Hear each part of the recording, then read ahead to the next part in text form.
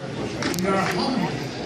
We're excited to introduce the senior U.S. Senator from the state of Vermont, the candidate for President of the United States of America. I give to you this morning, ladies and gentlemen, Senator Bernie Sanders.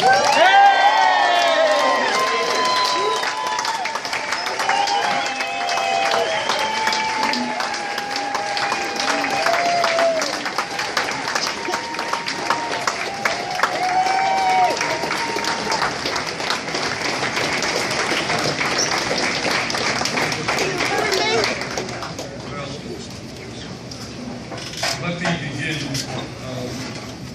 by thanking the New Hampshire AFL-CIO for inviting me to be with you today. I've had this honor of being with you on a number of occasions over the years. Let me thank Glenn for his great work. We worked together, as some of you know, in the Fairpoint strike, where Fairpoint brought forth an extremely unfair proposal package. And the IBEW and the CWA fought back, and I was proud to be on the picket lines here in New Hampshire and in Vermont in support of the workers who are fighting the unfair. Yeah!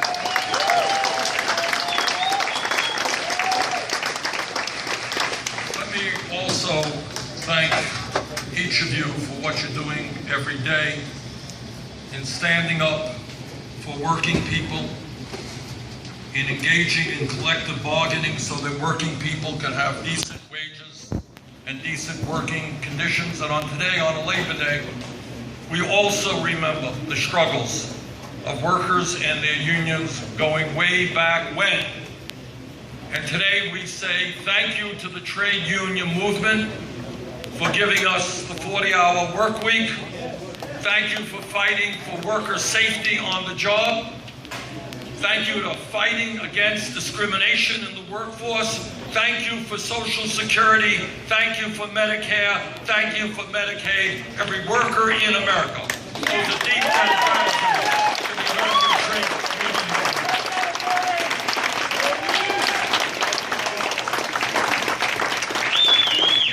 As many of you know, our campaign for president is seeing in New Hampshire, in Iowa, and all across this country a great deal of energy and a great deal of enthusiasm. We started off our campaign by holding rallies where a few hundred people were coming out. We thought that was pretty good, but over a short period of time, that few hundred expanded to a few thousand, and in some cases to tens of thousands of people who are coming out. Yeah! We started off this campaign with a few volunteers from the state of Vermont. Now we've got 100,000 volunteers in 50 states in this country who are passing out literature, making phone calls. We started off this campaign with very little money, and now we have more individual contributors than any other campaign out there. Now, you're looking at a candidate. Let me be honest with you on this. We're going to be outspent in this campaign. I do not have a super PAC. I do not want a super PAC.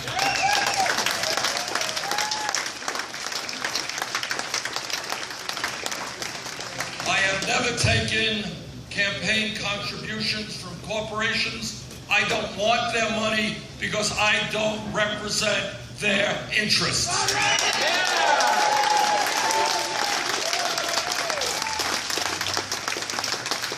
am very proud to tell you that while we don't have a super PAC, we don't have big money billionaires putting money into our campaign, we do have 400,000 Americans making individual contributions, and I am honestly very proud to tell you that that average contribution is all of $31.20.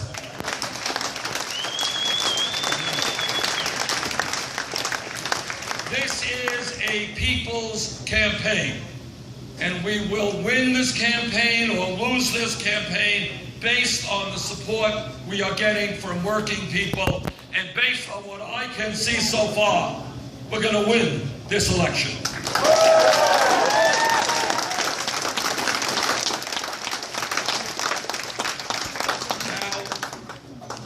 Often I am asked by the media, and they say, you know, Bernie, why is your campaign generating this much excitement and enthusiasm and large turnouts?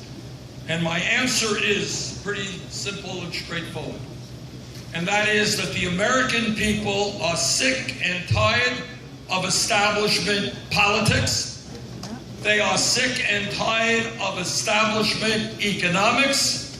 They understand that today almost all of the new income and wealth being created is going to the top 1%, and the American people are saying enough is enough. We need an economy for working families, not just for billionaires.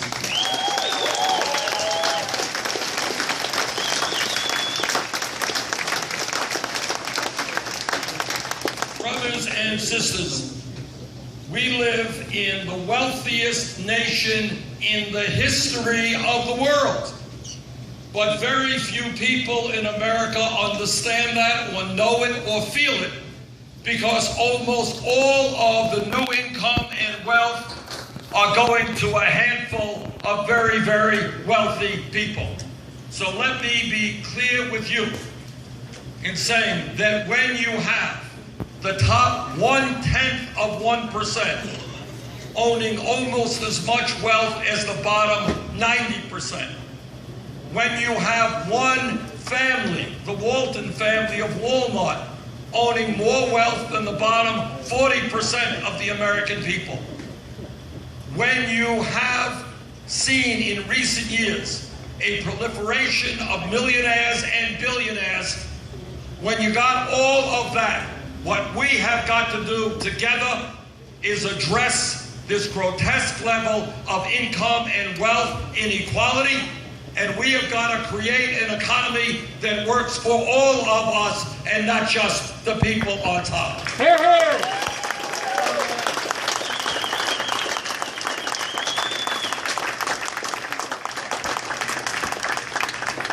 In the last 30 years, since 1985, there has been a massive redistribution of wealth in America. You know, Republicans often get very nervous when you talk about redistribution of wealth, right?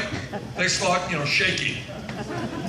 But the truth is, there has been a massive redistribution of wealth in the last 30 years. The problem is, it has gone in the wrong direction. Yep. What you have seen is trillions of dollars leaving the hands of working families and ending up in the pockets of the top 1/10 of 1%. And what we have got to do together is to change that flow. We have got to create a situation where there is more wealth and income in the middle class and less wealth and income in the top 1/10 of 1%.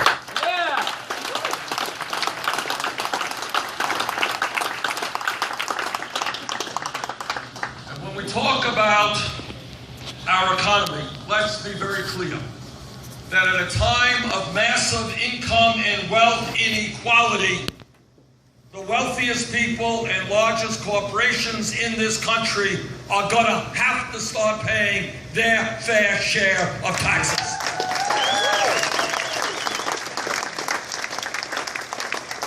It is not acceptable to me that large corporations can stash billions of dollars in profits in the Cayman Islands and in Bermuda and not pay in a given year a nickel in federal taxes.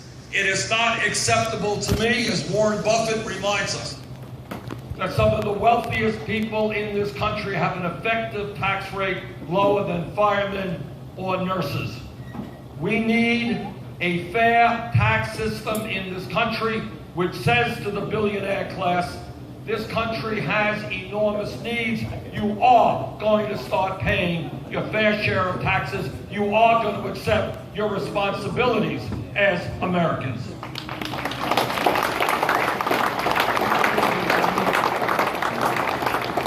And when we talk about the economy, it is not just the grotesque level of income and wealth inequality. It is the fact that throughout this country, millions of people are working longer hours for lower wages. It is about the fact that in my state of Vermont and here in New Hampshire, it is not uncommon for people to have to work 2 or 3 jobs to cobble together some income and some health care. And the reason for that, the reason that people are working longer hours, and in some cases not making enough money to feed their kids, is that for many Americans, wages in this country are just too damn low. Let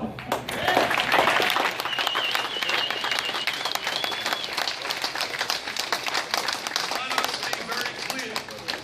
The minimum wage, the federal minimum wage of $7.25 an hour is a starvation wage. We've got to raise the minimum wage to a living wage, $15 an hour over the next 7 years.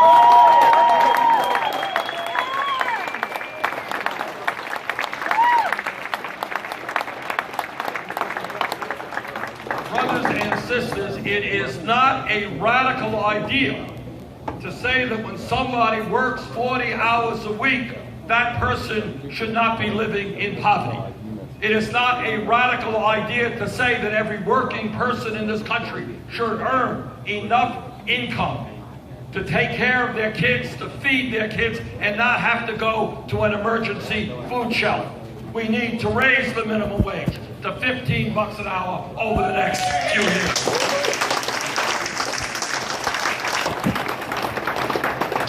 Let me say something else to you. You know, my Republican colleagues talk about family values a lot. Well, my values, as somebody who has 4 kids, 7 grandchildren, have been married 27 years, my family values are a little bit different than theirs. And let me tell you how. If elected president, I will end the international embarrassment of the United States of America being the only major country on earth that does not guarantee paid family and medical leave.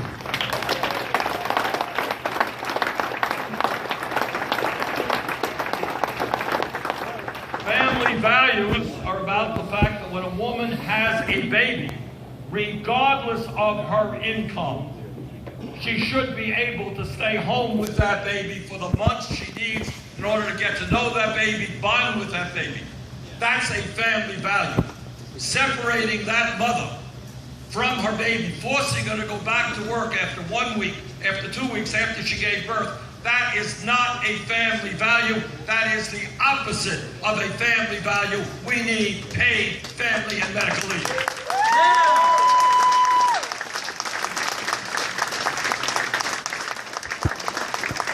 By the way, we also need to end the international embarrassment of being the only major country on earth that does not have guaranteed paid sick time and guaranteed paid vacation time for every worker in the country.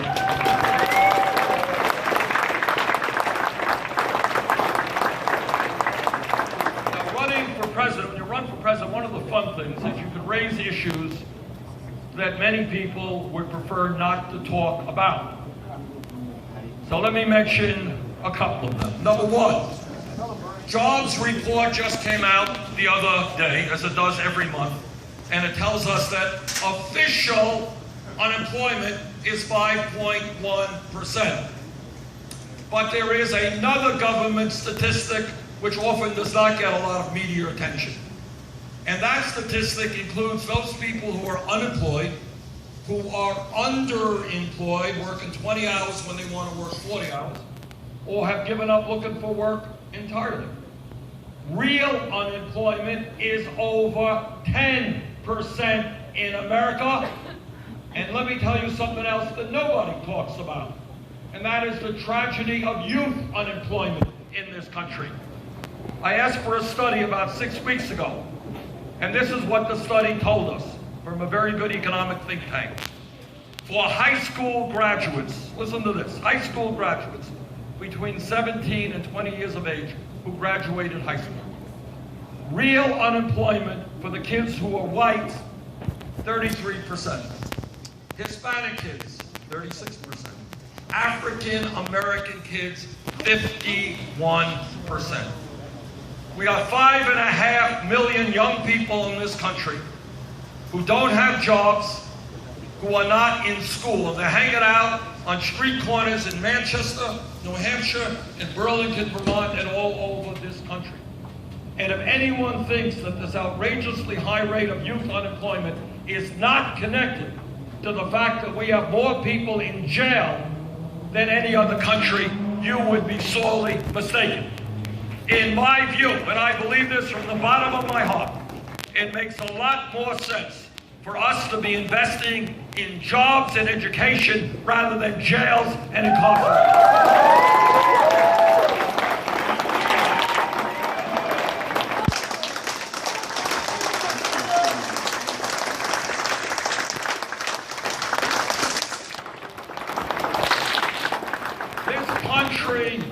This great country, should not lead the world in the number of people who are in jail. We should lead the world in having the best educated population on earth.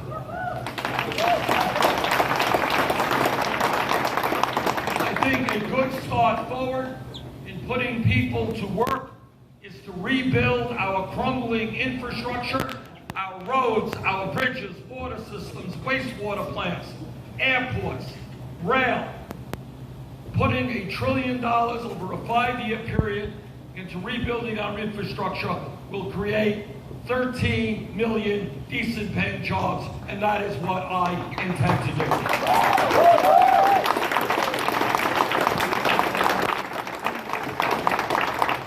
And when we talk about jobs, it's not only creating millions of decent paying jobs, it is preventing the loss of millions of jobs as a result of our disastrous trade policies. You are looking at a senator and a former congressman who voted against NAFTA, CAFTA, and permanent normal trade relations with China.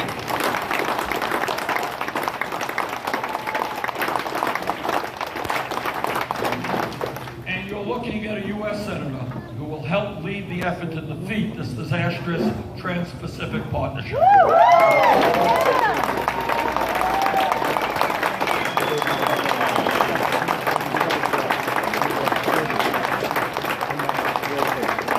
All of you know that since 2001, we have lost in this country 60,000 factories and millions of good-paying jobs. It's hit New Hampshire, it's hit Vermont, it's hurt virtually every state in this country.